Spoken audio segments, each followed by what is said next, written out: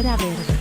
¿Qué tal? ¿Cómo están? Nosotros volvemos a situarnos en nuestra trinchera verde en este mes de noviembre para analizar, debatir, profundizar en todo lo que afecta a nuestro medio ambiente. Hoy hablaremos de montañas a través de la Fundación Kilian Jornet. Su objetivo es resaltar la necesidad de defender nuestras montañas como refugio de biodiversidad mundial. Residuo Cero trata el problema que generan los residuos de las aguas embotelladas. A través de nuestra ronda de corresponsales conoceremos la actualidad de las islas. Y naturalmente Margui nos descubre bebidas y alimentos naturales, saludables y sostenibles. Hoy queremos en nuestra trinchera acercarnos a un asunto que ha generado mucho debate en Canarias, sobre todo en lugares como Anaga y Teno. Hablamos de las apañadas o abatidas de cabras debido a los problemas que generan en nuestra flora y fauna y a los cultivos de estos lugares. Y finalizaremos, como siempre, con el atril de Atán. La Trinchera Verde es un programa producido por la Asociación Tinerfeña de Amigos de la Naturaleza. Les habla, en nombre de todo el equipo, Guillén Castellano. Bienvenido, bienvenida. Atán, en lucha por la conservación. Únete. atán@atán.org.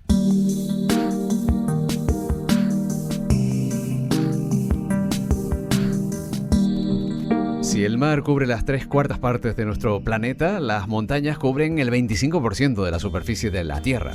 Nos proporcionan agua y recursos naturales y también economía dependen directamente de estos entornos. El cambio climático ha afectado a la flora y a la fauna, sin duda.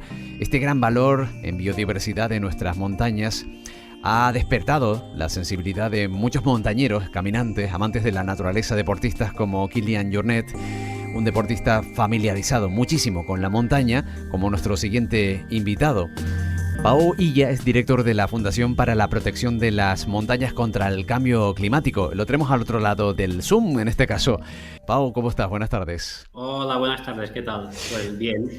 Muy bien. La situación supongo que, seguro que un poco peor que la vuestra por el tema del COVID, pero bien.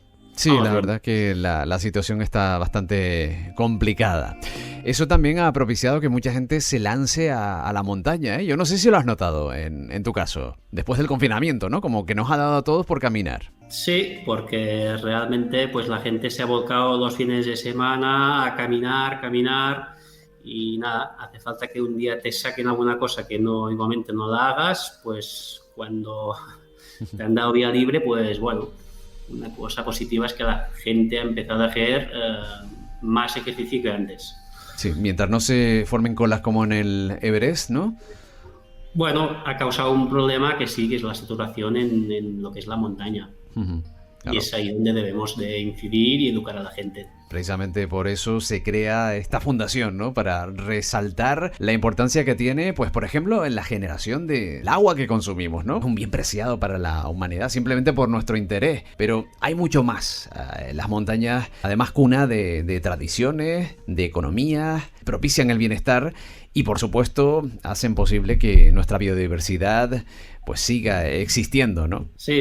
Bueno, me estás comentando el papel del agua, pero bueno, tenemos que tomar lo que es la montaña de una manera global, porque las montañas tienen un papel clave en nuestro sistema global. Sin ellas y su entorno no existiría vida y por eso es esencial conservarlas y gestionarlas de forma sostenible. Y es un poco con esta filosofía que ha nacido la Fundación Kilian Jornet. Bien, uno de los problemas que tenemos en la montaña es que existen zonas contaminadas. Uno de los objetivos que tienen es crear o financiar proyectos destinados a solucionar esos problemas ambientales, ¿no? En la montaña. Sí. A ver, no lo queremos ver como un problema, ¿va? Porque también hay cosas muy positivas. La gente cada vez toma más conciencia de lo que es la montaña. Pero bueno, sí que es cierto de que hacen falta iniciativas como la nuestra, ¿vale? Y nuestra misión fundamental es preservar las montañas y todo su entorno, en un entorno global, porque bueno, todos sabemos que hay muchos glaciares que están desapareciendo, existe contaminación en las propias montañas, pues todo esto pues debemos de controlarlo un poco y educar, concienciar a la gente ejecutar programas e investigar, ¿no? Y investigar. Claro. ¿Vale? Los pilares fundamentales de nuestra fundación son, que lógicamente van conectados, es por un lado educación y toma de conciencia, por otro lado investigación, porque nos interesa investigar para después poder actuar, y en un tercer lugar pues acciones directas como serían pues una simple limpieza de montaña. Nosotros nos movemos siempre en esos tres pilares. Bueno, está con nosotros en el estudio Carlos Galván, nuestro compañero de ATAN. Carlos, ¿cómo estás? Hola, muy bien. Sí, bueno, que quería preguntarle también a Pau, ¿no? Porque me gustaría que nos comentara un poco cuáles han sido lo que les ha motivado, ¿no?, a crear esta fundación. Entiendo que ha sido quizás Kilian en primer lugar, el que a lo mejor lanzó la idea, o entre varios dentro de los que componen la fundación. Pero quería saber si en los años que llevan a lo mejor tanto Kilian como los que componen esta fundación han visto la evolución a peor, ¿no?, de lo que son las montañas, ¿no? Si visualmente les ha provocado esta ansiedad y estas ganas de hacer algo, y porque tenemos casos, como hemos leído, ¿no?, como en los Pirineos, casi que en 35 años han desaparecido bastante volumen de los glaciares, ¿no? Entonces, que nos comentes un poco, ¿no?, de si estas motivaciones han sido esto, lo que han visto por ahí, ¿no?, en sus rutas. A ver, lo que tengo que comentar es que no es una idea que Kilian haya tenido de un día para otro, porque Kilian ha nacido, como sabéis, en la montaña, ha crecido en la montaña y ha desarrollado su profesión en la montaña. Entonces es normal que Kilian ama la montaña y desde siempre Kilian pues ha querido lo mejor para la montaña, y Kilian siempre ha sido un activista de la montaña y ha intentado transmitir muchos valores de conservación de lo que es la propia montaña. Entonces, como os comento, Kilian siempre ha sido un activista y ahora pues él está en un momento de su vida en el que sí que es cierto que ha dejado de hacer algunas competiciones, ha creado una familia, como todos sabéis, y ha encontrado el momento de él pues poder crear esa fundación, que era una ilusión que llevaba ya muchos años en su cabeza. Y os comentaría de que Kilian ha hecho muchos retos. Ya sabéis que ha ganado todas las carreras del mundo, ya sea de trail running o de esquí de montaña, ha subido en una semana 2 veces al Everest, tal y cual, pero os diría que este proyecto para él es el más importante de su vida. Uh-huh. Antes hablábamos de esos puntos de actuación, ¿verdad?, que llevan a cabo ustedes. ¿Qué proyectos han materializado, no sé si en la montaña o ya en la ciudad, para concienciar a esas generaciones, ¿no?, que de alguna manera actúan o influyen en las tomas de decisiones futuras y presentes, ¿no? Mira, el primer proyecto, como se puede bien ver en nuestra web, ha sido pues focalizarnos en la investigación de los glaciares. Uh-huh. Nosotros, a través de las Naciones Unidas, que fue un estamento que nos asesoró desde un principio, y nos pusieron en contacto con la Universidad de Zúrich, que ahí hay un centro que tiene más de 125 años de antigüedad a nivel de investigación, que es el World Glacier Monitoring Service, ¿vale?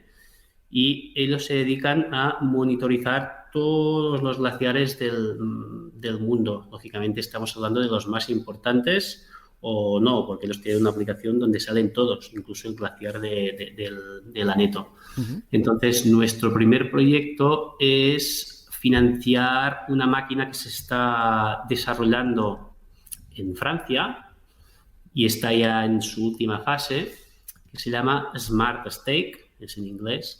Y es pues imaginaros una máquina que es como un trípode que se coloca en sitios estratégicos de cada glaciar y lo que hace es emitir al momento, vía satélite, los datos del estado del glaciar día al día, pues la calidad de la nieve, el retroceso que están siguiendo y todo una serie de datos que hace unos años solo se podían tomar de manera manual. Claro. O sea, imagínate que si quieres ir a tomar datos, puedes organizar X personas que suban a un glaciar, tomen sus datos, pues esto nos permite al momento, desde un despacho, saber cómo está el glaciar. Entonces, nuestro primer proyecto es intentar financiar para los principales glaciares del mundo que tengan una máquina de estas para hacer un control y una investigación. Sí, ya, Pau, ya tenemos algún dato a través de esta máquina. De momento no, porque como os comento, a ver,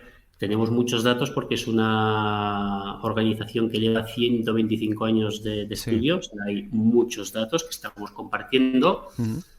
Pero de momento esta máquina solo hay un prototipo que se ha instalado ahora en Francia, cerca de Chamonix, y estamos en contacto directo con la empresa, ¿vale? Y sus ingenieros que están desarrollando ya los últimos matices para que en 2021 ya podamos adquirir varias unidades y empezar pues para los glaciares más prioritarios, digamos. Bien, por ejemplo, el glaciar Perito Moreno, ¿no? En el cono sur, que además los científicos han dado buena cuenta del retroceso que está teniendo estos glaciares que se encuentran a lo largo de la geografía mundial, ¿no? Sí, a ver, esos datos ya existen, ¿eh? Porque hay un control y hay gente que los supervisa a diario, pero bueno, esto es una herramienta que va a facilitar mucho más, sí. mucho toda esta investigación, y no hace falta irte tan lejos de Perito Moreno, sino no sé si habéis estado en Chamonix, que hay un glaciar muy importante, que es la Mar de Glace, que es uno de los más importantes de los Alpes aquí en Europa. Y bueno, pues cuando pasas en coche por ahí o ves fotos del glaciar y te das cuenta del retroceso, pues impacta mucho. Y la gente pues se cree que es solo un impacto visual y ya dicen, ostras, qué putada, ya no puedo sacar la foto con todo el glaciar como estaba antes y ostras. O sea, no estamos hablando solo de un impacto visual, que sí que existe, sino de un impacto que nos va a la vida, porque el retroceso de los glaciares pues tiene unas consecuencias en cadena, ¿vale? Como os he comentado, del agua, calidad del agua, de todo, y poco a poco, pues si se van perdiendo glaciares, se pierden sistemas de la montaña que poco a poco pues nos sacan vida. Sí, luego. Carlos. Sí, es que os lo estabas comentando ahora y yo me estaba acordando también. Yo he estado en un glaciar que está en Suiza y a mí me chocó mucho, ¿no? Cuando estuve ahí arriba y tenían como una parte que era visitable, que como el glaciar había retrocedido, habían puesto como una especie de telas blancas, ¿no? Para recrear un poco la entrada al glaciar, ¿no? Y era un poco triste verlo. Y no sé, con cosas como esta y la que acabas de comentar, ¿no? Como en Chamonix, ¿no? Como ha retrocedido y ya la foto no es igual. Cómo la Fundación intentará llevar esta información al pueblo, ¿no? A la gente, a las personas, porque parece que siempre todo lo que dicen los científicos al final parece que se queda ahí y no llega a la gente y la gente sigue haciendo su vida normal. Y no sé si a través de una fundación, como entiendo que pretende, ¿no? Con el nombre de Kilian, que parece que a Kilian le puede escuchar mucha gente, si tienen esa idea, ¿no? De hacer llegar esta información de alguna manera para que la gente sepa lo que está pasando, sobre todo donde ustedes se mueven, ¿no? Que es en la alta montaña.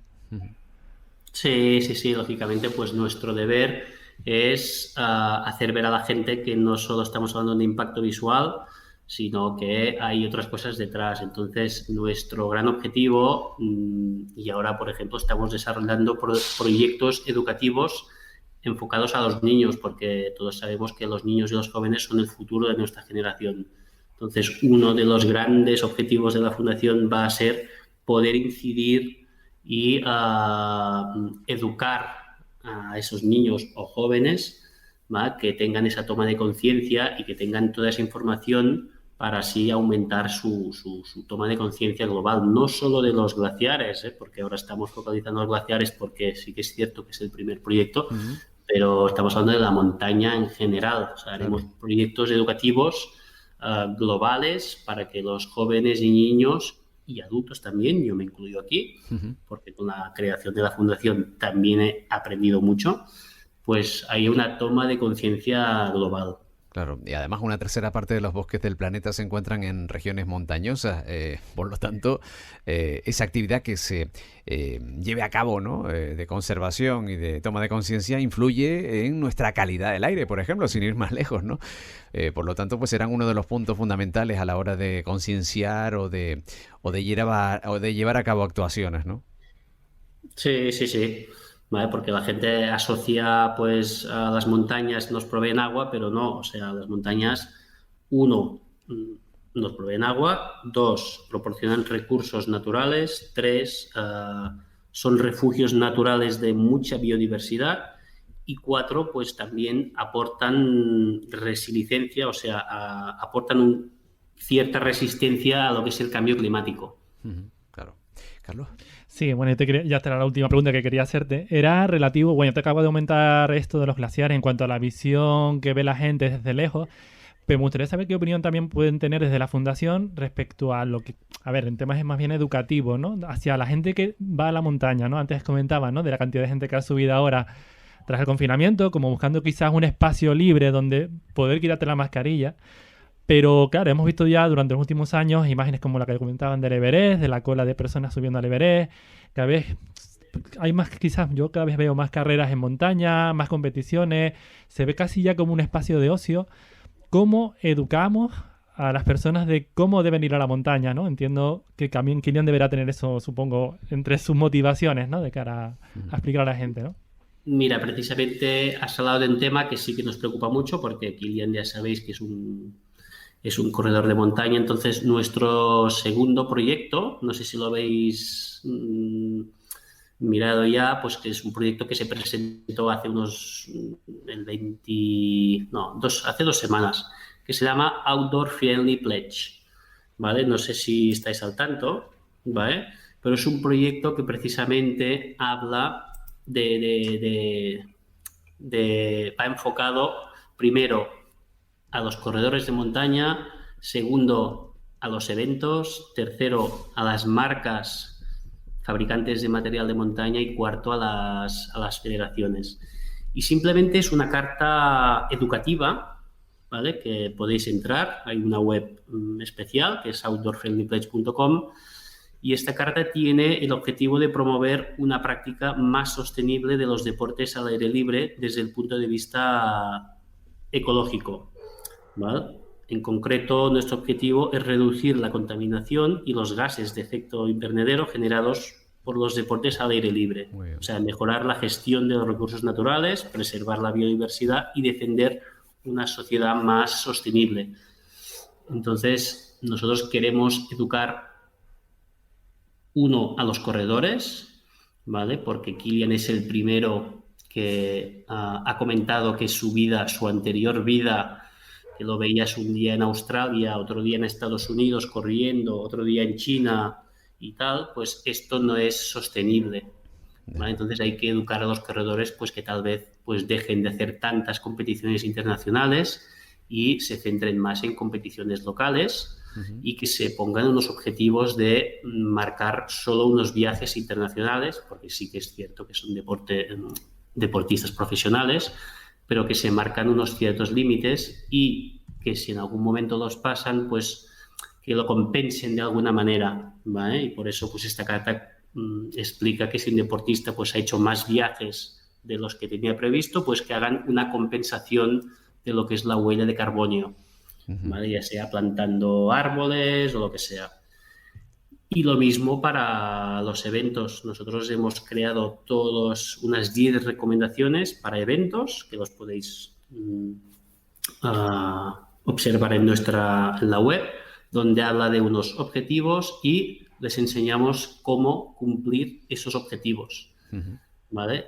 Entonces es totalmente insostenible que un evento de montaña pues tenga publicidad de plástico, que los avituallamientos haya comida que no sea hecha en la misma zona, o sea que venga de otro sitio. O sea, hay toda una serie de recomendaciones para hacer que los eventos sean más sostenibles. Y lo mismo para las marcas de producto de montaña y lo mismo, lógicamente, para las federaciones. Que no se vean esas imágenes que hemos contemplado en televisión de esas 11 toneladas de basura recogidas en la campaña de limpieza que se produjo hace unos meses en el Everest. Y no tenemos que irnos mucho más lejos. Aquí en nuestras islas, por ejemplo, a la hora de caminar, hay muchas personas que no se dan cuenta de que en el bosque, que en el monte no se pueden tirar residuos. Y las mascarillas, que también son elementos elementos que están apareciendo como algo novedoso ahora que todo el mundo se ha lanzado a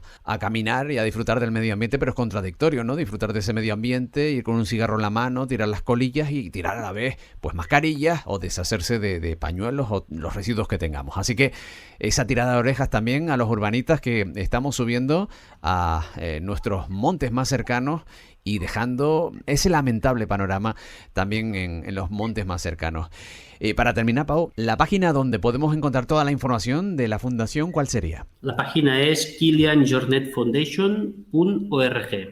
Perfecto. Ahí se puede encontrar toda la información y lo que queremos es que esta fundación no sea solo de Kilian ni de los patrones, digamos, sino que nosotros, nuestra filosofía es que empezamos a trabajar solo con voluntarios. O sea, queremos que la fundación sea de todos y todo el mundo pueda aportar ideas.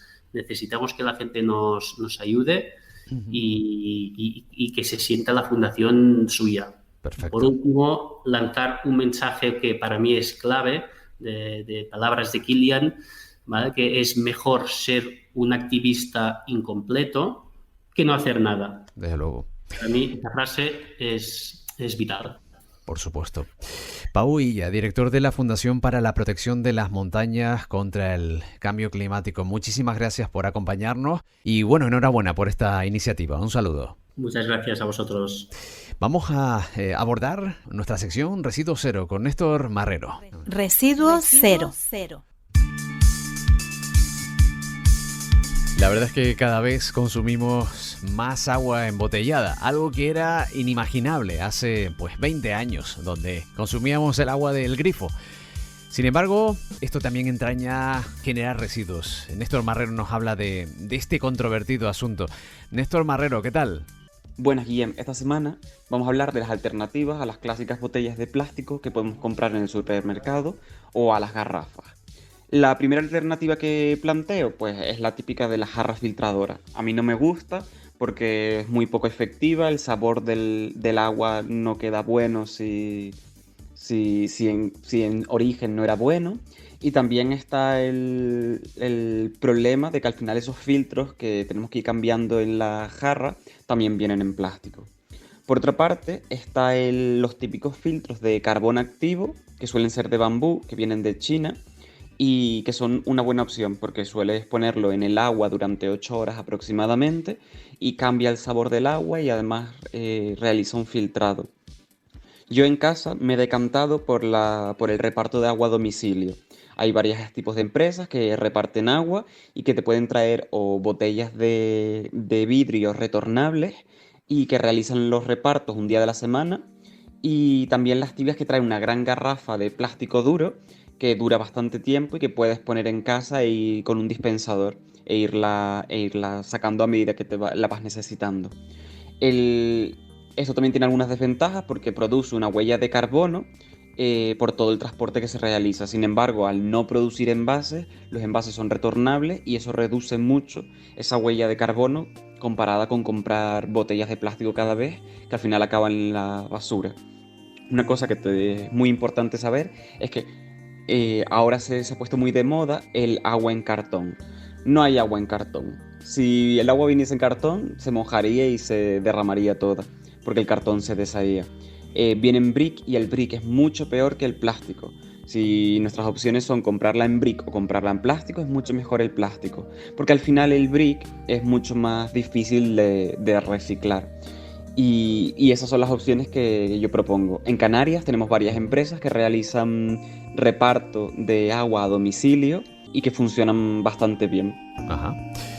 Y si no, la destiladera, como la que tenemos aquí en el estudio, ¿no, Carlos? Sí, sí. Y si no, no beber agua. Bueno, eso sería muy radical. Bueno, Néstor Marrero, muchísimas gracias por traernos esa sección. Vamos a nuestra ronda de corresponsales. Ronda de corresponsales.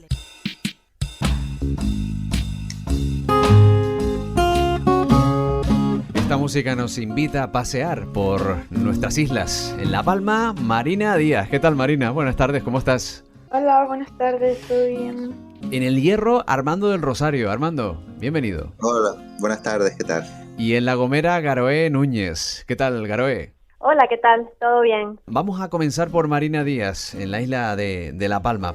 Se han celebrado unas jornadas de gestión de biorresiduos, muy interesantes además, ¿no? Sí, estos días ha habido una actividad pionera que se hace desde hace 5 años, que son las jornadas de gestión de biorresiduos en Canarias, a la que han asistido representantes de todos los ayuntamientos. Desde La Palma Orgánica, Canarias Orgánica, se ha hecho un encuentro destinado a profundizar en el impacto en la gestión y las estrategias de la gestión de biorresiduos y el compostaje comunitario en la isla de La Palma. Bien, precisamente sobre este asunto también parece ser que en el Hierro se realiza un reciclaje de restos vegetales en los puntos limpios que luego se dedican pues a la generación de abonos o como cama de ganado, ¿no? Sí, justo en la isla del Hierro, pues desde el área de medio ambiente que pertenece al Cabildo del Hierro están realizando este tipo de gestión de los residuos en los puntos limpios, porque antes cuando se limpiaban las huertas o se hacían talas, pues todo ese material vegetal se dejaba ahí abandonado y no se usaba. Y ahora, sin embargo, pues están dándoselo a los agricultores para crear abono o a los ganaderos para darle de comer a los animales, así que bueno, una forma interesante de reciclar nuestros recursos. Desde luego, y a la espera del cubo marrón, ¿no? De restos orgánicos que se va implantando poquito a poco a lo largo de la geografía de España, ¿no? Sí, es bastante importante porque si te fijas, la mitad de nuestros residuos son materia orgánica que no se está reutilizando, ¿no? Es una pena no aprovechar la energía que nos da el viento, pero en la isla de La Palma se han celebrado unas jornadas de transición ecológica donde se ha abordado este asunto, ¿no, Marina? Sí, está previsto que se organice la 4ª jornada de transición energética y acción climática para ayudar más a luchar contra el cambio climático, porque de hecho, bueno, yo creo que ya todos sabemos que en nuestras islas hay unas condiciones favorables para poder vivir prácticamente de las energías renovables. Y de hecho, desde enero hasta el mes de septiembre, aquí en La Palma, en los parques eólicos, se ha hecho un estudio en el que se llegó a la conclusión de que con la producción de la energía equivale al consumo de 4.749 hogares. Por lo tanto, cada vez estamos más seguros de que la isla, con un mayor desarrollo de estas energías, podemos llegar todos a vivir de energías que no contaminen y ir eliminando poco a poco el uso de las energías fósiles. Hay experiencias como, por ejemplo, Fuencaliente Visión de Futuro, en el sur de la isla, donde vecinos y también empresarios se han unido para llevar a cabo parques eólicos, no solamente en la isla de La Palma, sino también en la isla de Tenerife. Se cumplen 115 años del nacimiento de Pedro García Cabrera y se han llevado a cabo distintas conferencias, sobre todo en el municipio de Vallehermoso, ¿verdad? Así es, han estado todo el mes de octubre celebrando distintos eventos, recordándolo y bueno, ha participado en realidad todo el pueblo, todos los vecinos, porque incluso hicieron varios actos donde intervenían y recitaban poemas y estuvo muy bonito, la verdad. Bueno, volvemos a la isla del Hierro, donde no sé si ha llovido mucho o poco, pero las tabaibas parece que van tomando ese color verde y ese contraste, ¿no?, entre el volcán y la tabaiba tiene que ser maravilloso, ¿no, Armando? Sí, correcto. La verdad es que es asombroso el paisaje cuando se pone toda la isla verde que contrasta con ese negro volcánico, ¿no?, de la lava. Es brutal. Lo único que, claro, este año... Anteriormente estamos acostumbrados a ese cambio y estos últimos años con el cambio climático cada vez se nota menos, porque no llueve lo suficiente y entonces las tabaibas no llegan a coger ese verde intenso de antes, sino que ahora están un poco amarillitas. Están tirando ya verde, pero se ve que todavía falta más agua en la isla para que acaben de regenerar bien todas las plantas, porque por ejemplo la laurisilva, que necesita más agua que las tabaibas, pues sigue estando seca. O sea que vamos a ver si con suerte de otoño vienen más lluvias por delante y ya por lo menos empezamos el año con una vegetación más saludable, ¿no? Y mejor para los agricultores y los ganaderos, ¿no? Precisamente las cabañuelas de otoño han dado como resultado un invierno lluvioso. Vamos a ver si es así y el cambio climático no interfiere, ¿no?, en esta predicción. Y mucho ha llovido en la isla de La Palma. Después de 18 años se celebra el aniversario de la Reserva de la Biosfera, ¿verdad, Marina? Sí, justamente este 6 de noviembre se celebra que La Palma lleva siendo Reserva de la Biosfera durante 18 años. Yo creo que también es súper importante recordar que fue la primera isla del Atlántico que contó con este reconocimiento y a día de hoy lo seguimos teniendo porque seguimos teniendo unas cualidades que yo creo que son irrepetibles. Desde luego. Pues enhorabuena a la isla de La Palma por ser pioneros en este sentido. Y que dure muchos años, hay que conservarlo, desde luego. Vamos, es algo que resaltamos siempre desde la Trinchera Verde. Uno de los elementos que distinguen a la isla de La Gomera son las palmeras. Y hay un proyecto que se llama Proyecto Guarapo, ¿verdad? Que está apoyado por el Gobierno de Canarias y el Cabildo de La Gomera, ¿no? Sí, exactamente. Es un proyecto que ya lleva desde el 2019 y se va a prolongar hasta el 2022. Me parece muy interesante porque, bueno, toca un poco todos los palos, digamos, que tienen que ver con los palmerales. No solo en La Gomera, se centra en La Gomera, pero también incluso en toda la Macaronesia, porque es un proyecto europeo. Y bueno, es también toca un poco el estado fitosanitario de las palmeras, porque preocupa las plagas que tienen, que en los últimos años se ha visto como, digamos, es un ecosistema que se está degradando poco a poco. Y bueno, se quiere un poco dar a conocer todo lo que, y además aprender más de ese ecosistema y de cómo funciona para poderlo manejar de forma sostenible y hacer un uso razonable, digamos, del producto y de, entre otras cosas, por ejemplo, también de los desechos, de los residuos que se producen al guarapearlas. Hay un desconocimiento, o sea, se ha hecho de forma tradicional todo lo que es el guarapeo y la miel de palma, pero digamos sin un conocimiento científico, que también está bien conocerlo, ¿no? Sí. Y poder hacer un manejo sostenible de todo el proceso. Muy bien. Igual que es importante también conservar la biodiversidad de nuestros mares, Armando, en la isla de El Hierro se ha llevado a cabo una jornada sobre tiburones sol rayo, donde bueno, pues se pretende regular la visita a través de los barcos a estas colonias que están en nuestros mares. Sí, correcto. La verdad que el mes pasado pues empezaron a hacer unas jornadas dando a conocer a los clubes de buceo y a los usuarios de estos clubes pues un poco cómo va a ser el futuro en la gestión de este tiburón. Es algo que está impulsando el gobierno de Canarias. Gracias a Dios pues ya contamos un poco con ese interés del gobierno de Canarias sobre esta especie, porque ya este tiburón ya llevaba aquí siendo avistado más de 10 años, pero bueno, ya justo ahora es cuando han tomado un poco de interés y bueno, se están llevando a cabo este tipo de proyectos que lo que intenta es pues concienciar a la gente y sobre todo crear unas normas de observación, ¿no? Unas normas que tienen que seguir pues todos los buceadores pues para evitar que esta especie pues acabe desapareciendo por miedo al buceador. Porque realmente, bueno, hay un artículo científico que fue escrito por el Instituto de Ciencias del Mar de Barcelona y por el equipo de Ocean Brothers, que son originarios de aquí del Hierro, y este artículo científico es el primero que se ha escrito aquí en Canarias, el tiburón sol rayo, y bueno, ahí pues hay un par de detalles interesantes, ¿no? Uno es que hay hembras de este tiburón que repiten pues varios años en la misma zona, o sea, como que el Hierro es una zona habitual donde estas hembras vienen, que se llama filopatría, este fenómeno, ¿no? Cuando una especie repite en el mismo lugar varias veces, pues en 3 ocasiones se ha visto a la misma hembra, ¿no? Por ponerte un ejemplo, o sea, que es un sitio bastante importante para estos tiburones. Y después otra observación sobre esta hembra que se observó 3 años diferentes aquí, pues ha sido que se ha descubierto un cambio en su comportamiento, ¿no?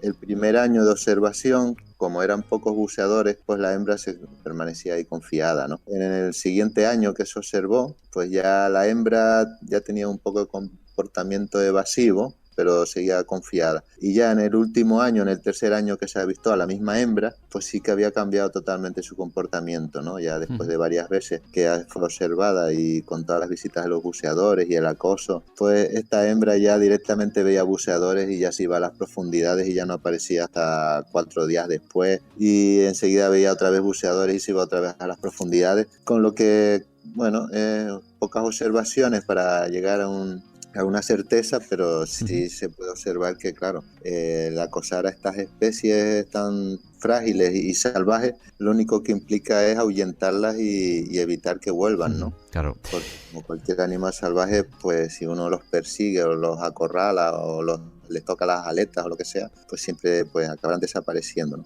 Bueno, pues les agradecemos a nuestros corresponsales en la isla de La Palma, Marina Díaz. Muchísimas gracias. Muchísimas gracias a ustedes por invitarnos una semana más. Desde El Hierro, Armando del Rosario, muchísimas gracias por acompañarnos. Sí, muchas gracias y buenas noches. Y antes de despedir a nuestra compañera Garoé Núñez, nos comentaba al inicio de esta conexión que se cumplían los 115 años del nacimiento del periodista y poeta Pedro García Cabrera, que nacía el 19 de agosto de 1905 en Vallehermoso. Garoé, él antes comentabas que tenía una conciencia ambiental muy importante y en esa conciencia se basa también esta cita con la que vamos a terminar esta conexión, ¿verdad? Sí, efectivamente. Es un fragmento, es el comienzo del poema Polución, que se publicó en la obra Ojos que no ven, en 1977.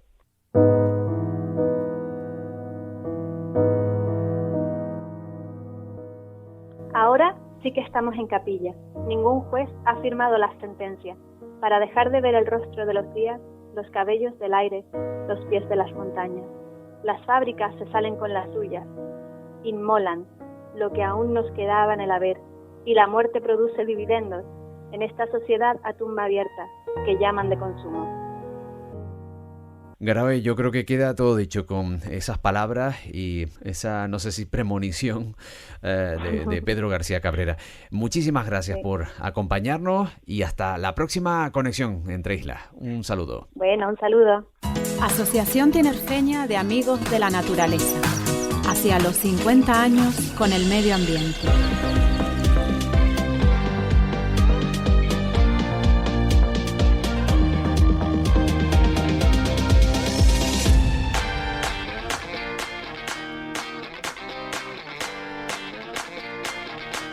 Desde hace varios años hay un debate abierto en torno a la posible plaga de cabras asilvestradas que están en los parajes naturales de Teno y Anaga. En este último punto existe, si cabe, un conflicto mayor por el grado de protección que implica una reserva de la biosfera. Lo cierto es que los expertos apelan a que el número descontrolado de individuos incide directamente contra la flora autóctona, los cultivos, los espacios públicos y privados. Tanto el Cabildo de Tenerife como el Gobierno de Canarias reconocen falta de medios técnicos y humanos para controlar las cabras asilvestradas y han recurrido a la empresa pública Gesplan, que acometería apañadas o abatidas para controlar o erradicar el problema, algo que choca con la posición de los grupos animalistas que condenan el uso de armas de fuego para acabar con estos animales que pueden incluso terminar mal heridos, agonizando, y el estrés que supone para cabras y ovejas. Esto ha hecho que PACMA y los Verdes de Canarias hayan denunciado ante la Unión Europea lo que califican de auténtica masacre. Bueno, pues vamos a abrir el debate en esta trinchera verde. Tenemos a Ateneri Rivero, que es bióloga y botánica. Ateneri, ¿qué tal? ¿Cómo estás? Hola, buenas tardes, muy bien. Joana Castañeda es bióloga de la Fundación Charles Darwin. Joana, ¿qué tal? ¿Cómo estás? ¿Qué tal? Mucho gusto, buenas tardes. Iris Sánchez nos atiende desde PACMA en Las Palmas, es coordinadora. ¿Qué tal, Iris? Hola, buenas tardes. Pues muy bien. ¿Y ustedes? Bueno, pues aquí dispuestos a entablar una conversación constructiva y seguramente que nuestros oyentes tendrán mucho más claro, ¿no? El tema después de escucharles a cada uno de ustedes. Y Andrés Hernández, representante vecinal de la Reserva de la Biosfera de Anaga. ¿Qué tal? Buenas tardes. Hola, buenas tardes. Decíamos que es un tema bastante controvertido. Queremos situarnos en la problemática y lo vamos a hacer con Ateneri. ¿Cuál es la situación ahora mismo que existe en esta Reserva de la Biosfera? También citábamos Teno, ¿no?, como reserva natural. Simplificando, hay muchas cabras que inciden directamente sobre la flora y fauna autóctona. Incluso es notable cómo se esquilma determinadas zonas del municipio de Santa Cruz de Tenerife o de Buenavista, ¿no?, donde están situados el Parque Rural de Anaga y por otro lado el Parque Rural de Teno. Y bueno, esto ha hecho que tanto vecinos como instituciones públicas quieran poner solución. Exacto, Guillén. Yo, antes que nada, me gustaría también, creo que debemos explicar a la audiencia y partir de la base que la cabra o ningún otro mamífero de grandes dimensiones es un animal canario. Uh-huh. Quiero decir que en las Islas Canarias, que emergieron del océano hace millones de años, lo hizo como una gran masa de tierra y rocas desprovista de vida. Entonces, una vez que las Islas Canarias emergen del océano, se han ido poblando de especies de animales y de vegetales que han podido llegar por sí solas a las islas, desde el continente, ya sea flotando, transportadas por el viento, volando, adheridas a las plumas de algunas aves, y se han ido adaptando y con el paso del tiempo evolucionaron para transformarse en especies que sí son 100% canarias, porque quiere decir que no existen en ninguna otra parte del mundo y todo esto lo han conseguido, pues puedo decir, por sus propios méritos. Muchísimo más tarde, cuando arriban los humanos a las Islas Canarias, traen consigo pues especies para su consumo y para su aprovechamiento, y es que las cabras pues no llegaron por sí solas, sino que vinieron de forma como ganado. Este ganado asilvestrado, que es lo que tenemos hoy en día, es lo que tenemos, como bien dices, en los parques rural de Teno y el parque rural de Anaga, se han convertido en una especie invasora, ya que todas estas especies que vivían aquí, que han evolucionado y se han adaptado a un entorno libre de grandes mamíferos, no son capaces, vamos a decir, de luchar o de adaptarse a vivir pues con estos animales. La problemática que está causando las cabras asilvestradas en los parajes y en los ecosistemas canarios, estamos hablando en este caso de Tenerife, pero también existen los problemas en otras islas como Gran Canaria, Fuerteventura y en La Palma, yo creo que en todas las islas. Y los problemas que están causando serían pues la pérdida directa de la biodiversidad. Recordamos que la biodiversidad es la variedad de formas de vida que tenemos. También hacen impactos que lo más que vemos serían pues los impactos directos en la flora y llegan incluso pues a la extinción de especies vegetales. Y luego, al reducir drásticamente la cobertura vegetal, se nos presenta el siguiente problema, que sería la pérdida de suelo. Y los efectos pues de la erosión, que serían mucho más intensos. También, por ejemplo, otro problema que tenemos aquí en Canarias es que el impacto sobre las especies endémicas no se limita solo a las plantas, que es, como dije antes, pues lo más rápido, lo más directo que podemos ver, sino que también las cabras están pues interfiriendo en las comunidades de invertebrados, o lo que para el oyente, para que nos entienda bien, es lo que conocemos como insectos o pequeños animales que se ven dañados pues por la alteración de esa flora que están consumiendo las cabras. Las cabras producen impactos sobre los vertebrados nativos y los endémicos, como los lagartos, los famosos lagartos gigantes que tenemos en Canarias, porque pues alteran y producen alteraciones en el hábitat, o porque compiten directamente con sus recursos. Imaginemos a un lagarto que mayoritariamente es herbívoro, alimentándose de frutos de un arbusto o del néctar de alguna de las plantas, que luego será comida o ramoneada por estas cabras. Y también otro problema, rápidamente, ya para acabar, otro problema que se puede ver derivado por la presión de las cabras en nuestros ecosistemas es que podrían afectar también a las colonias de aves marinas, ya que alteran el territorio y están degradando el suelo donde algunas de estas aves fabrican sus nidos. Y además de esta situación ha provocado, bueno, el malestar de los vecinos, porque también, Andrés, los cultivos causan verdaderos daños, incluso para el ganado, en la producción de productos como el queso, en Anaga o en Teno, porque interfieren estos animales también en esas actividades humanas, puesto que también alteran la propiedad privada, ¿no? Andrés, como sensor de alguna manera, como termómetro de los vecinos, en este caso, ¿cómo lo ven los habitantes de la zona de Anaga? Hombre, el agricultor, y no solo los cultivos, sino también los árboles. Las cabras, cuando se comen lo que es la corteza de los árboles, pues los suele llegar a matar, y con la persistencia. Después la gente tiene una idea errónea del tema de las vallas. Las vallas primero es costosa y después requiere un mantenimiento. Siendo el tipo de agricultura que es agricultura tradicional de fin de semana, familiar, hay pocas opciones de poder montar las vallas debidas para este tipo de animales. Hay que tener en cuenta que no estamos hablando de cabras de 10 kilos y los machos de 20 kilos, sino las cabras pueden estar del orden de 40, 50 kilos, y un macho pues tranquilamente puede ser de más de 60, 70 kilos. Son animales que están libres y son muy fuertes, hacen grandes destrozos en vallas y en viviendas, porque también se suben a techos de casas y estropean las infraestructuras estructuras propias de la agricultura y hacen unos destrozos que la gente no puede afrontar. Con el abandono de las tierras de cultivo, me imagino. Esta es la descripción del problema que se lleva denunciando desde hace bastante tiempo. Yo acabo de acceder a la página de PACMA, y donde se exige la paralización inmediata del exterminio de cabras silvestres en Canarias. Ni capturas ni armas, el sufrimiento no es una opción.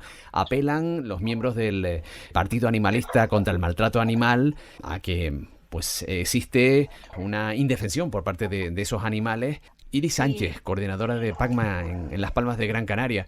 Lo tachan ustedes de algo verdaderamente atroz, ¿no? Lo que están sufriendo los animales, las cabras y ovejas en lugares como Anaga, por ejemplo. Sí, bueno, antes que nada, y es lo más importante, las cabras son animales, y como animales que son, bueno, como todos los animales que habitamos este planeta, pues somos seres sintientes.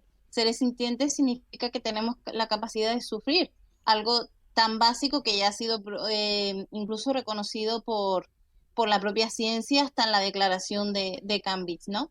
Entonces, la base es esa, la base es que son animales que tienen capacidad de sufrir, que tienen emociones, que tienen sentimientos, y ya por eso desde PACMA defendemos que se les reconozca sujeto de derecho.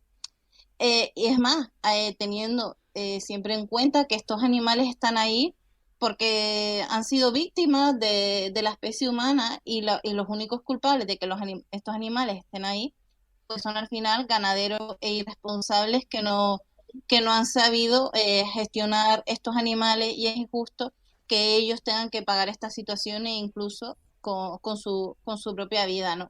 Uh-huh.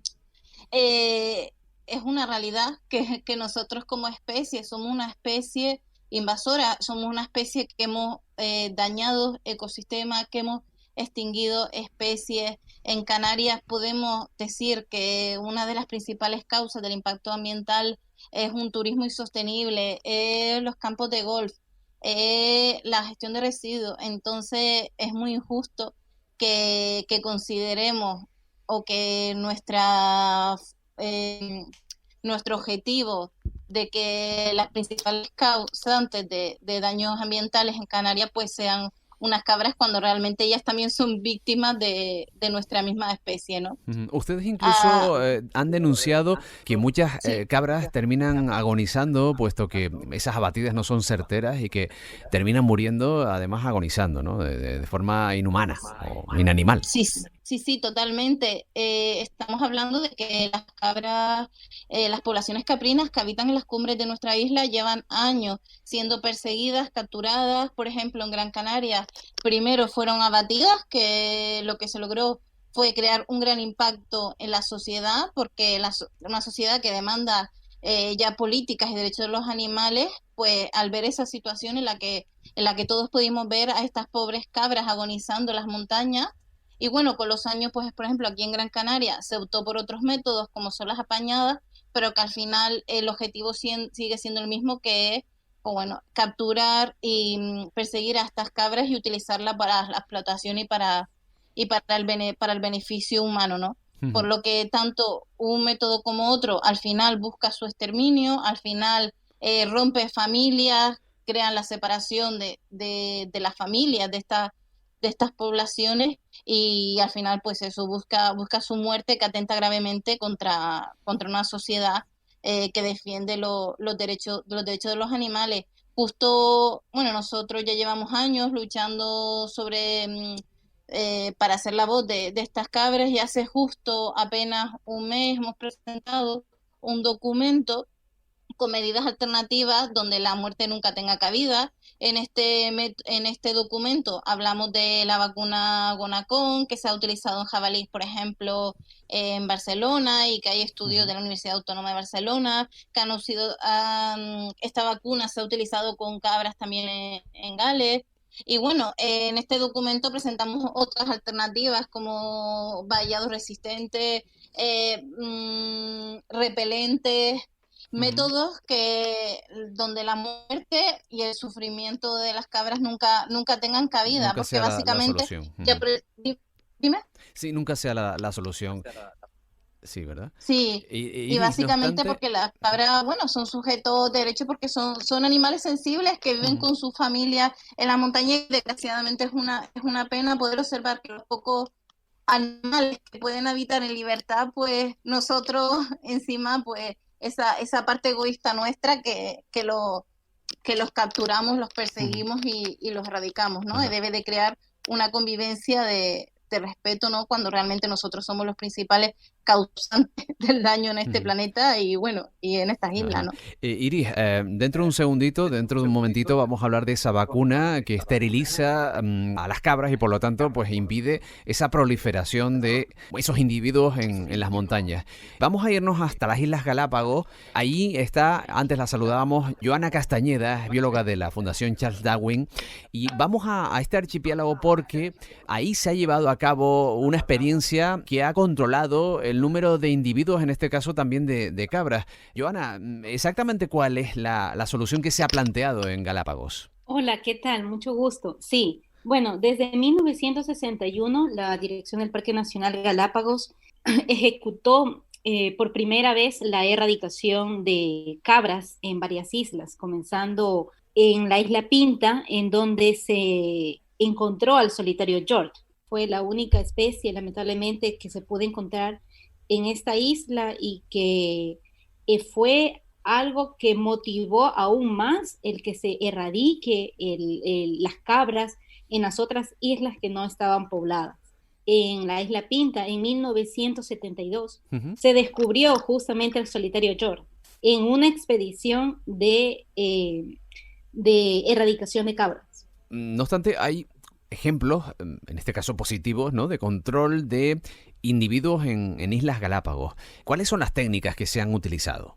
Ya, mira, las técnicas principales consisten en la cacería aérea. Entonces, la cacería aérea se la realiza desde un helicóptero para poder disminuir rápidamente la cantidad de cabras cuando la densidad es muy alta. Cuando esta densidad ya baja, la cacería se lo hace por tierra, utilizando perros entrenados para poder olfatear a las cabras. Entonces, de esta manera, utilizando rifles, se matan a las cabras, se deja ahí el cuerpo sin vida de las cabras para que el suelo pueda enriquecerse y pueda nuevamente recuperar todos los minerales, los nutrientes que fueron consumidos. Y una vez que se realiza esta cacería ya por tierra, se hace un último método que se llama la técnica cabra judas, que consiste en poner un collar radiotransmisor que hace que las personas que van a realizar esta erradicación puedan encontrar a las manadas de cabra, porque esta cabra judas es soltada, previamente se esteriliza y se le colocan unas pequeñas inyecciones de hormonas para ponerla como en celo. Entonces, de esta manera, los machos tratan de protegerla y se van en manada. Entonces, es mucho más fácil realizar la erradicación y de esta manera se exterminan todas las cabras. No sé si este tipo de técnicas ha recibido alguna contestación popular. ¿Cómo lo ha acogido la población de Galápagos? Yo creo que es importante mencionar que Galápagos es conocido, yo no sé cómo ustedes lo conozcan, pero Galápagos es conocido por la exuberante riqueza que tiene por su endemismo. Entonces, gracias a ese endemismo, gracias a esa conservación que tiene Galápagos, el turismo ha venido y el turismo es el que genera la parte económica de Galápagos. Entonces, todo lo que sea para poder conservar y de eso poder sacar un provecho económico es bienvenido. Sostenible, por lo tanto, supuesto. en la población nunca ha existido ningún tipo de confrontación con técnicas de control o técnicas de erradicación. Ajá. ¿Y en qué se ha notado la mejora de los hábitats que antes pues estaban afectados por esta cantidad de individuos que pastaban, que se alimentaban de la flora autóctona? Ya, mira, por ejemplo, de las 10 islas te menciono algunas. En la isla Española, por ejemplo, la recuperación de la flora fue bastante notoria. Los arbustos estaban desaparecidos realmente. Entonces, con técnicas ya de recuperación de ecosistemas, ahora se puede ver todo un área cubierta de vegetación, y no solamente de vegetación, sino también de aves que pueden anidar en estos arbustos. Por ejemplo, también en la isla Santa Fe es un oasis, es algo que te quedas maravillado de ver la belleza que tiene.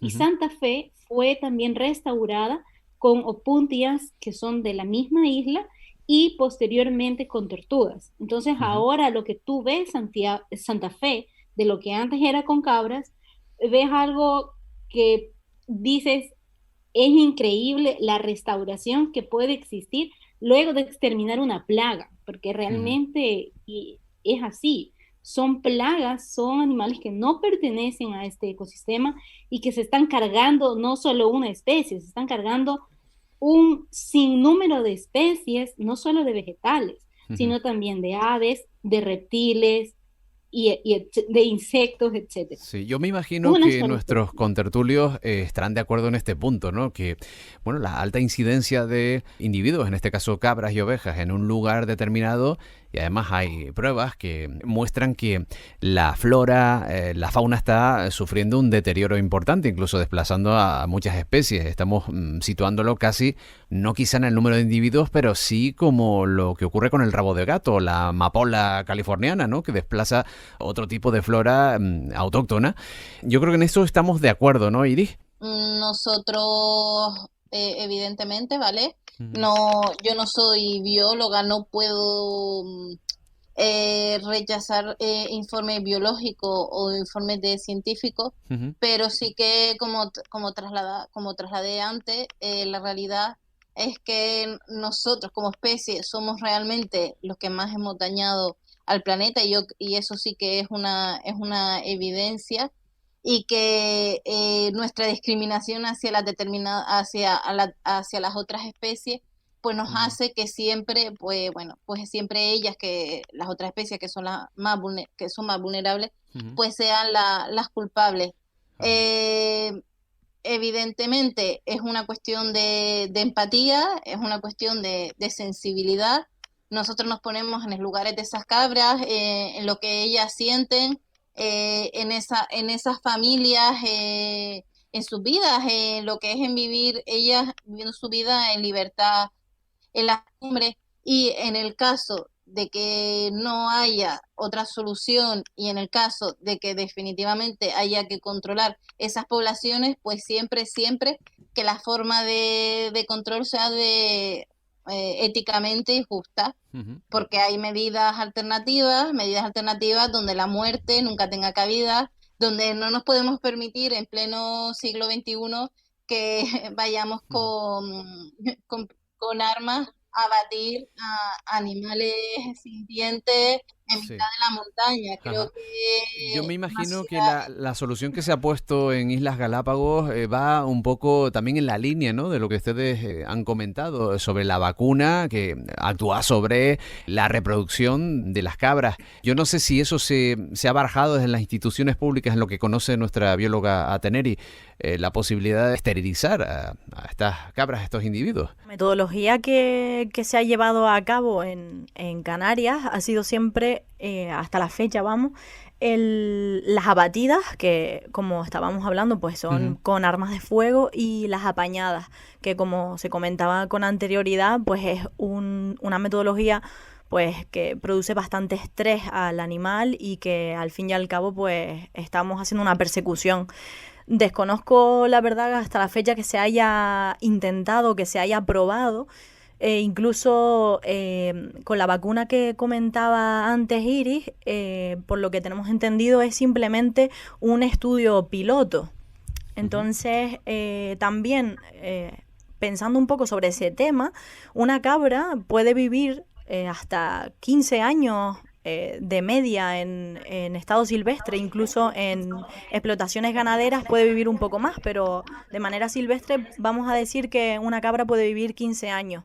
Comentaba Andrés antes de empezar el programa que una cabra ya puede ser fértil para su reproducción a partir de los 8 meses. Entonces, si nosotros cogemos y aplicamos esa metodología, imaginemos que funciona y que es eficaz el tema de la esterilización con esta vacuna, yo creo que no estaríamos acabando con el problema, porque nosotros vamos a dejar que esa cabra no se siga reproduciendo, pero vamos a tener unos 15 años de problemas añadidos.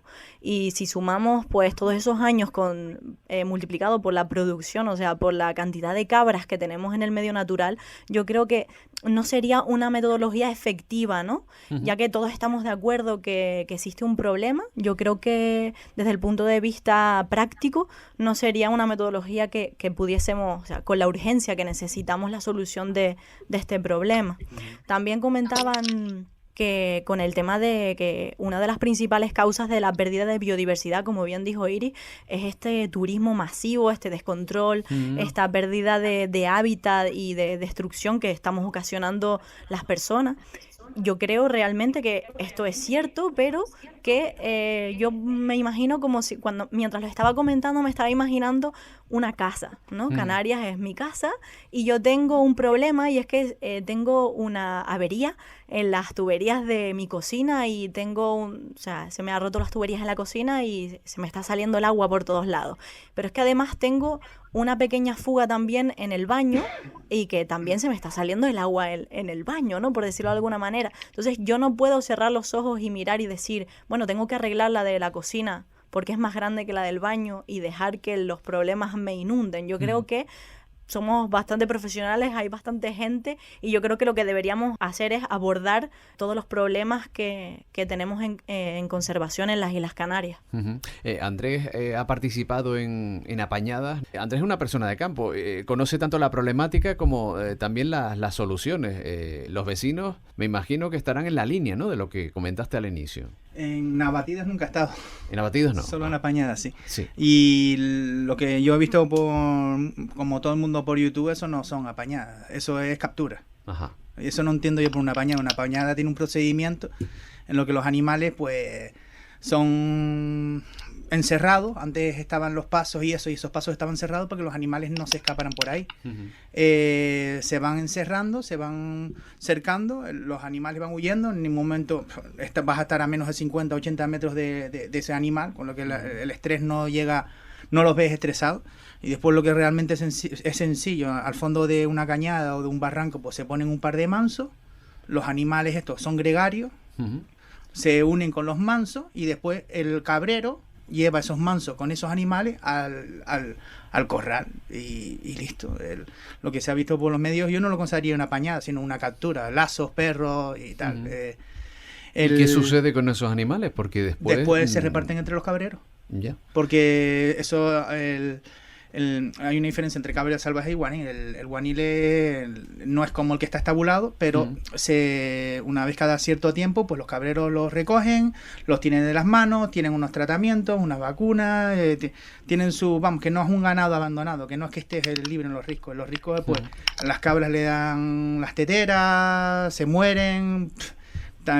Que te lo encuentras cuando estés caminando por el entorno natural, pues te sueles encontrar cabras y baifos muertos. Así que por parte de los vecinos, pues o que sea una solución o una combinación de soluciones. No soy técnico ni biólogo ni nada, sino somos los que estamos padeciendo esta presión de estos animales descontrolados, porque sí es cierto que en su día cuando terminó cuando las poblaciones se han ido para la ciudad, pues los cabreros soltaron los animales, pero a lo largo del tiempo también hay personas que sueltan estos animales para tener su carne, aunque sea un método ilegal, pero claro, eso porque es así. La trazabilidad de esa carne no está clara y por tanto no sería legal que se pusiera a la venta o se consumiera en lugares públicos, ¿no? Exactamente, las cabras que serían capturadas por estas, entre comillas, apañadas, ya que Andrés ha explicado que más que apañadas son capturas, no pueden entrar de nuevo en una explotación ganadera, ya que pues por normas comunitarias no entran dentro de pues esta trazabilidad y no pueden entrar dentro de lo que sería pues la producción de queso o de producción de carne. Entonces, al final, con estas capturas que se tendría que hacer, pues también acabaría en la muerte del propio animal. Claro. Andrés, antes hablábamos de que esas cabras interfieren también en la producción de leche, ¿no? Sí, claro. En la zona de Anaga. ¿De qué manera? Porque los cabreros siempre tienen los machos, por eso el macho está amarrado, para que no cubra las cabras y entonces ya le quita la posibilidad de dar leche. Cuando hay, sobre todo en Anaga, hay muchos machos sueltos porque las cabras suelen padecer de tetera, que es mastitis, creo que se llama, y suelen morir. Y hay muchos machos sueltos cuando estos machos cubren a las cabras, porque los cabreros tienen sus rebaños de cabra, los sacan varias veces al día, están controladas, no es que estén por ahí tiradas, sino si es un cabrero, pues las cabras siempre duermen en establo y las cabras están atendidas. Claro. Yo no considero un cabrero una persona que tenga 200 cabras sueltas por ahí, que se le mueran, enfermedades y que no las atienda. La persona tiene que ser responsable de atender el animal y las necesidades y el bienestar del animal. O sea que hay posibilidad de que esas cabras salvajes, asilvestradas, también tengan enfermedades que afecten a otros animales, incluso a los estabulados, ¿no? No sé, yo no, la verdad que la enfermedad de las cabras no sé mucho, pero si pasa con las palomas, imagino que pasará con todos los animales, ¿no? Igual que gallinas y demás, ¿no? Que tendrán sus propias enfermedades y tendrán transmisiones, etcétera. Claro. Bueno, a mí como persona que está un poco al margen de todo esto, se me ocurre la posibilidad intermedia, ¿no? De hacer apañadas, estabularlas, digamos, en un punto determinado y, bueno, esperar al ciclo de vida, a que termine el ciclo de vida. ¿Cuánto vive una cabra? Pues más o menos lo que comentábamos antes, unos 15 años. 15 años, sí, ¿verdad? Como están salvajes, pues yo qué sé, que depende, que a lo mejor tiene una lesión en la pata y se muere porque ella no puede alimentarse. Claro. No es que tenga una persona que la pueda... que es el cabrero, asistir, eso es. Iris Sánchez comentaba la vacuna, que es quizá una de las líneas fundamentales, ¿no? En las que ellos defienden la no aplicación de estos métodos, ¿no? Que estamos comentando, los que se están barajando desde las administraciones públicas, ¿no? Sí, bueno, aquí voy a hacer una anotación de que nosotros es algo que llevamos tiempo pidiendo a las administraciones. Hace unos meses nos reunimos, por ejemplo, con el director de Medio Ambiente del Cabildo de Gran Canaria y sí que le hemos propuesto este método, pero es verdad que no ha habido una respuesta y bueno, ya hemos presentado este documento de medidas alternativas en ambas administraciones responsables de la gestión de estos animales y a día de hoy todavía no hemos obtenido una respuesta, pero bueno, que directamente la información está y la información las tienen las administraciones. Me gustaría comentar una cosa, lo que estaba comentando antes a Teneri, de que una cabra, pues que con el método anticonceptivo no sería un método muy eficaz porque sería un método muy lento.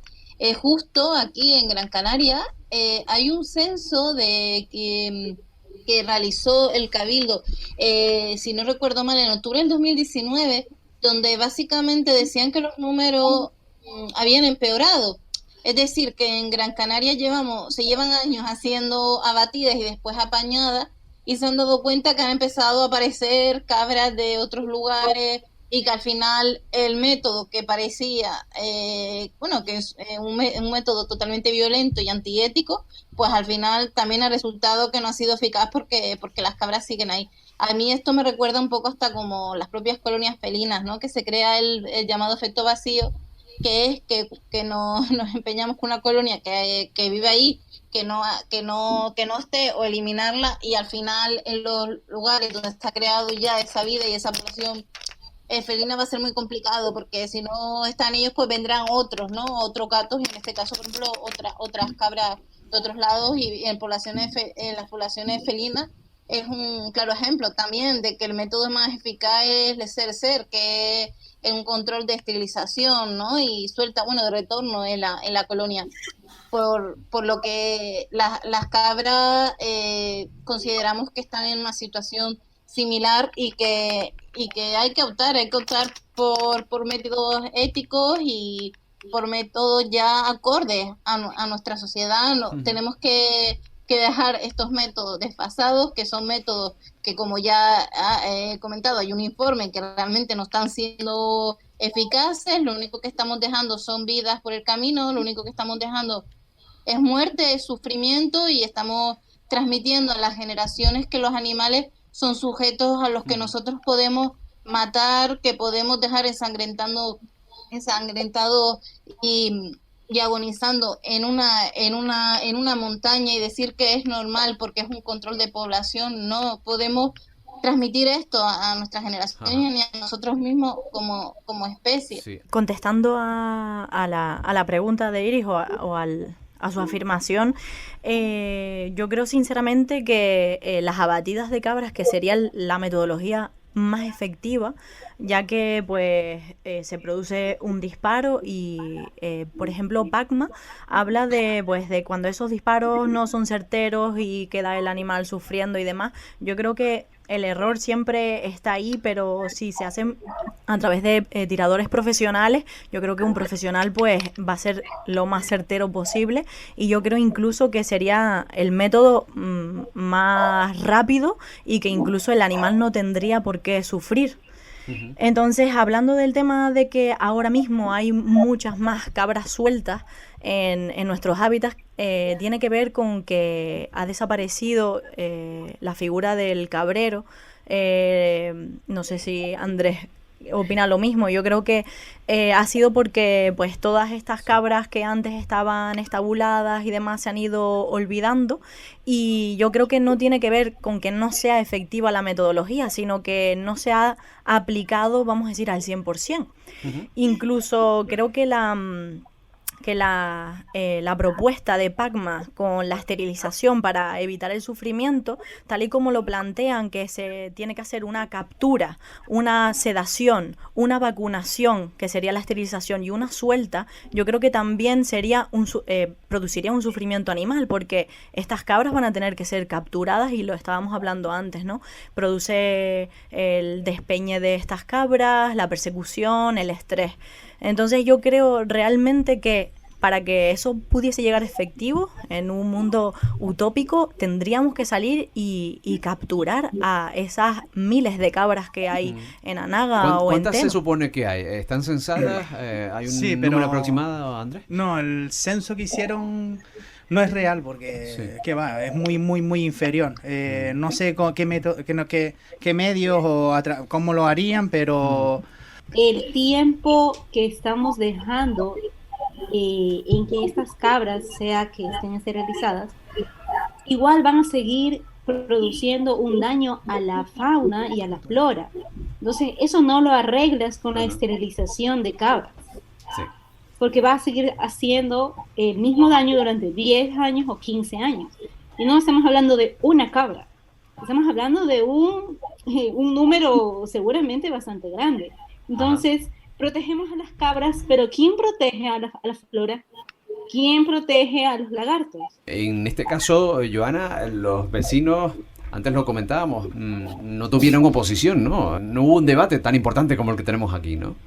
Así es, no, para nada. O sea, la verdad es que, por ejemplo, acá en Galápagos, el tema de conservar a las especies es bastante fuerte. Existe incluso programas de educación cuando las personas vienen acá a vivir, y se explica, incluso está dentro de este curso de residencia, digámoslo así, el tema de especies invasoras y la importancia que tiene el control, la importancia que tiene mantenerlas a raya y recordar el lugar donde vivimos, que es patrimonio natural de la humanidad, que es un lugar, una reserva de la biosfera. Entonces, en esto también tenemos eso en común, sí, desde luego. Joana, y una cuestión, la esterilización, ¿es muy cara? No sé, porque aquí a lo mejor se puede alegar una cuestión económica. ¿Es efectiva? Está claro que sí es efectiva. No sé qué oposición podría haber existido por parte de, yo qué sé, las autoridades, que es cara, que es un problema, que hay que destinar mucha mano de obra para capturar y luego acometer esa esterilización.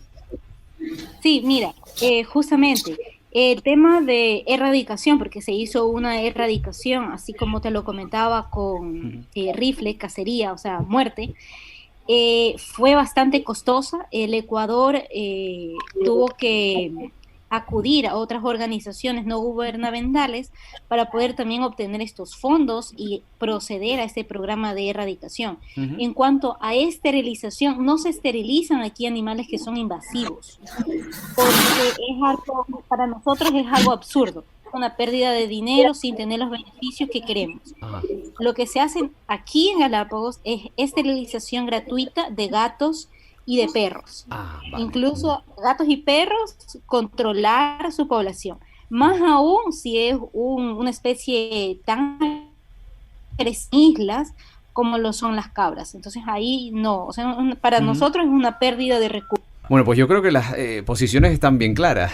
Tenemos a Andrés, que con tal de que se solucione el problema que se ha generado a los vecinos de Anaga, en este caso, supongo que también de Teno, quiere una solución, la que sea. Él ha participado en apañadas, pero antes incluso dejaba entrever que también estaría dispuesto a otro tipo de métodos, como la esterilización. Vamos, si es efectivo, ¿no? En este caso. Claro, sí es efectivo, claro. Porque ya la orografía también varía de un sitio a otro. Seguramente, no sé qué... el gonacón este que dijeron antes, no sé si se echará una vez en la vida o hay que echarle una vez cada año como si fueran pipetas o cosas de estas. Y no es fácil hacer una apañada. Si tienes que... yo no sé cuánta gente de los que nos puede escuchar hoy ha estado en apañadas, pero los animales no colaboran. Una cabra no la vas a llamar como un perrito llevas una loncha jamón. Sí, sí. En este caso la loncha jamón es el manso, ¿sabes? Y no estamos hablando de animales pequeños. Y el entorno tampoco es fácil. Ahí, para aguantarte de pies, tienes que tener experiencia. Y ya no te digo para poder lidiar con una cosa que no va a cooperar. Claro, no es niebla la de Heidi. Sí, vamos, que se quiten esa idea de la cabeza, ¿sabes? Y niebla tenía su carácter. No es un animal agresivo, en principio, porque nunca va a ir a atacar a una persona, pero si se ve acorralado puede. Y el tema de la esterilización, yo no sé, hombre, si funciona, le echan una jeringuilla con un dardo desde no sé cuántos metros y con una jeringuilla ya puede el animal, pues queda esterilizado, pues perfecto, ¿no? Bueno, yo creo que con Andrés podemos finalizar este pequeño debate. Nuestros oyentes que saquen sus propias conclusiones. Tenemos las posturas, como decíamos, bastante diferenciadas. Y agradecemos muchísimo a nuestros invitados que hayan estado hoy en esta trinchera verde debatiendo sobre pues el control de esa plaga en lugares como Anaga y también en Teno. A Teneri Rivero, bióloga y botánica, muchísimas gracias por acompañarnos. Muchísimas gracias. Y antes de despedirme, me gustaría aclarar que las personas y los profesionales que estamos apoyando a las abatidas de estos animales no nos falta ética, ni lo pensamos como con intención de causar ningún sufrimiento, que esto lo hacemos por capricho, sino que nos lo tomamos como una medida para poder preservar o conservar todo el ecosistema en su conjunto. Vale. Joana Castañeda, bióloga de la Fundación Charles Darwin desde las Islas Galápagos. Muchísimas gracias por aportarnos también esas soluciones o esa visión que se tiene desde ahí. Gracias también.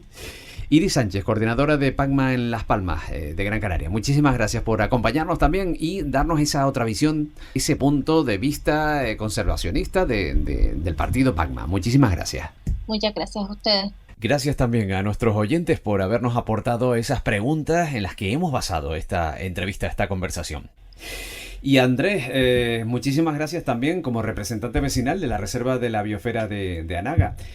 Lo que sí habrá que hacer es una apañada, pero de coche, porque después del confinamiento yo creo que nos hemos lanzado todos al monte, ¿no? Y a Anaga concretamente, pues a Cruz del Carmen está y los márgenes de las carreteras. Y Benijo. Y Benijo. ¿Qué nos ha dado después del confinamiento? Nos hemos lanzado a la naturaleza y a la vez también nos hemos convertido en una plaga. La trinchera verde. Llega el frío y eso significa que es tiempo de castañas en el mes de otoño. Precisamente nuestra compañera Margui, en su sección Naturalmente Margui, nos ofrece alternativas naturales en nuestra alimentación y en nuestro consumo. Adelante, Margui. Hola a todos los oyentes de la Trinchera Verde de Atán.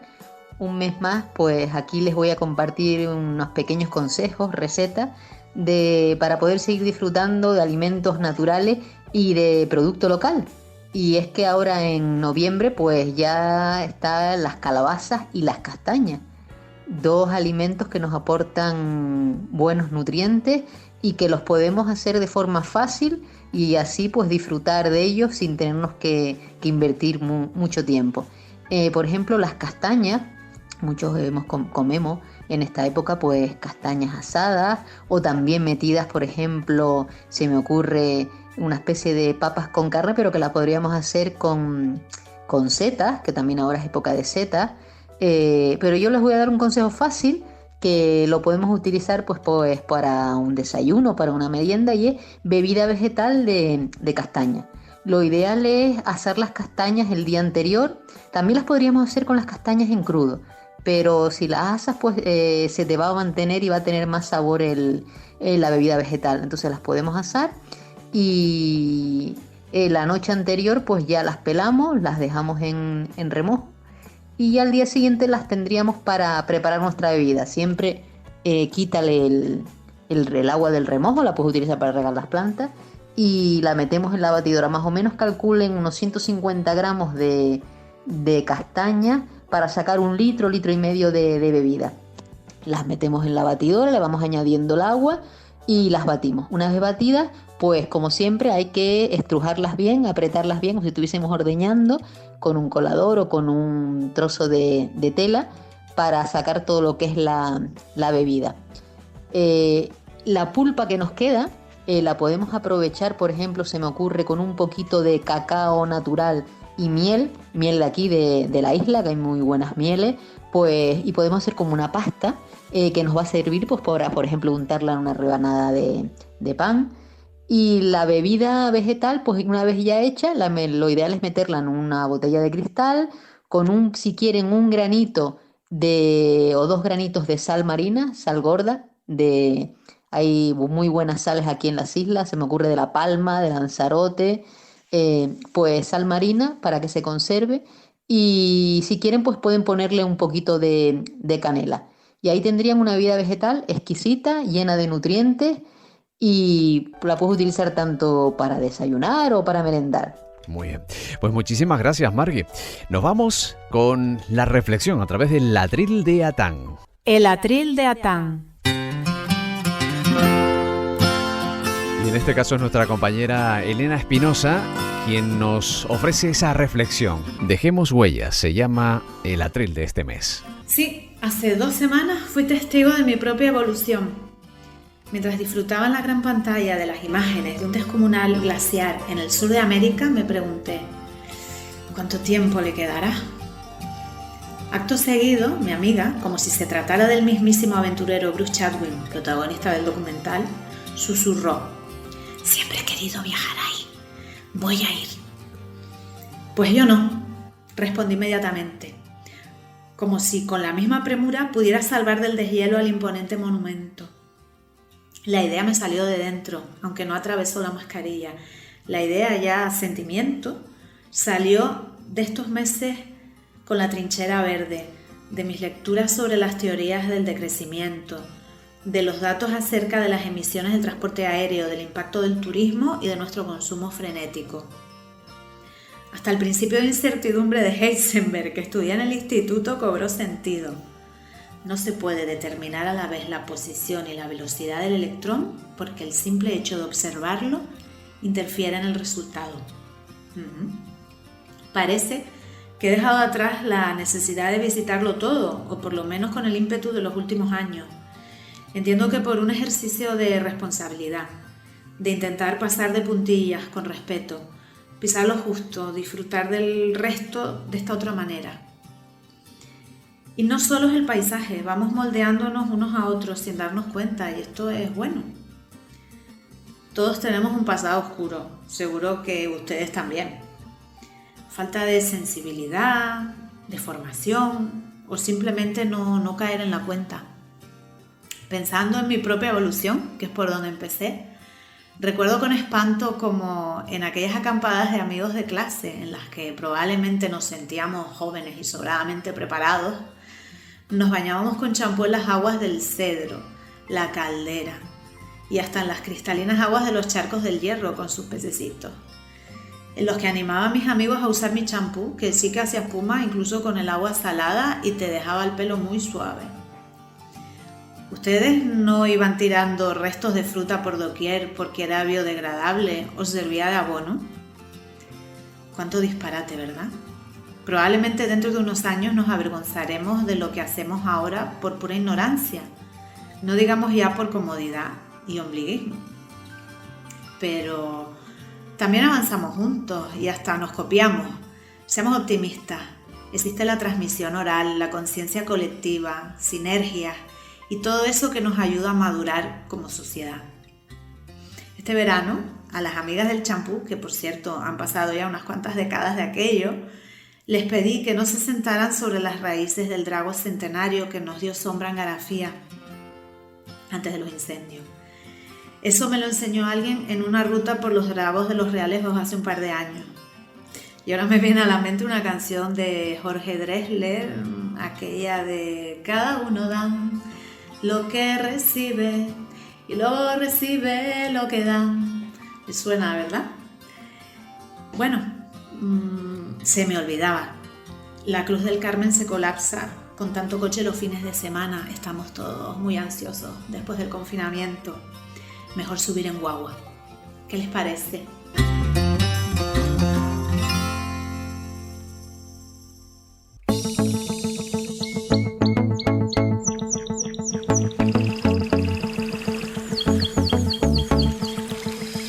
La trinchera verde. Termina esta completa trinchera verde de este mes de noviembre de 2020, donde cada día es crucial para la conservación de nuestro medio ambiente, incluso en uno de los puntos calientes del mundo, como Estados Unidos. Nos jugamos nuestro futuro.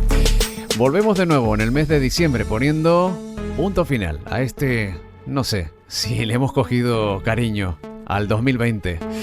Volvemos. Gracias por acompañarnos. Hasta el próximo mes.